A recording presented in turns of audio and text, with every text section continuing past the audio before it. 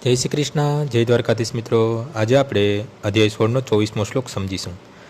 તસ્માત ચ શાસ્ત્રમ પ્રમાણમ તે કાર્ય વ્યવસ્થિતો જ્ઞાત્વા શાસ્ત્ર વિધાનોક્તમ કર્મ કર્તુમિહાર્ષસી। તેથી મનુષ્ય શાસ્ત્રોના નિયમોનો પરથી સમજવું જોઈએ કે શું કર્તવ્ય છે અને શું કર્તવ્ય નથી। આવા નિયમો અને નિયંત્રણો જાણીને મનુષ્ય એવી રીતે કર્મ કરવું જોઈએ કે જેથી તે ક્રમે ક્રમે ઉન્નતિ પામી શકે। 15મા અધ્યાયમાં જણાવ્યા પ્રમાણે વેદોના સર્વ નિયમો અને નિયંત્રણો કૃષ્ણને જાણવા માટે જ યોજાયેલ છે। જો મનુષ્ય ભગવદ્ ગીતા દ્વારા કૃષ્ણને જાણી લે તથા ભક્તિયુક્ત સેવામાં પરોવાઈને કૃષ્ણ ભાવનામાં સ્થિત થઈ જાય તો તે વૈદિક સાહિત્યમાંથી પ્રાપ્ત જ્ઞાનની સર્વોચ્ચ સિદ્ધિ સુધી પહોંચી જાય છે। ભગવાન ચૈતન્ય મહાપ્રભુએ આ વિધિને બહુ સરળ બનાવેલી છે।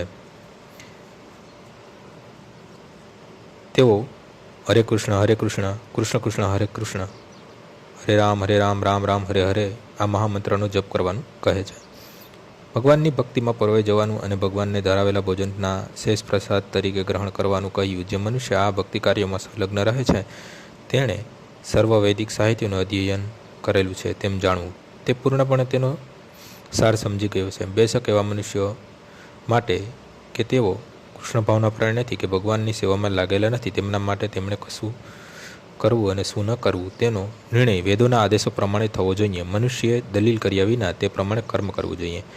આને શાસ્ત્રના સિદ્ધાંતોનું અનુસરણ કહે છે। શાસ્ત્રોમાં એવા 4 મુખ્ય દોષ હોતા નથી કે જે બધા જીવમાં હોય છે તે છે અપૂર્ણ ઇન્દ્રિયો છેતરવાની વૃત્તિ, ભૂલો કરવાની અને મોહગ્રસ્ત થવું। આ 4 દોષોને કારણે બધા જીવ વિધિવિધાનો બનાવવા માટે અયોગ્ય હોય છે। તેથી શાસ્ત્રોમાં વર્ણવ્યા પ્રમાણે વિધિવિધાનો ઉપરોક્ત દોષરહિત હોય।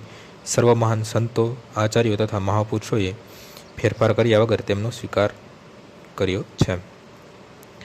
ભારતમાં આધ્યાત્મિક વિદ્યાના ઘણા પક્ષો છે જેમનું વિભાજન 2 વર્ગોમાં થાય છે, નિરાકારવાદી તથા સકારવાદી। બંને પક્ષો વેદોના સિદ્ધાંતો પ્રમાણે જીવન પસાર કરે છે।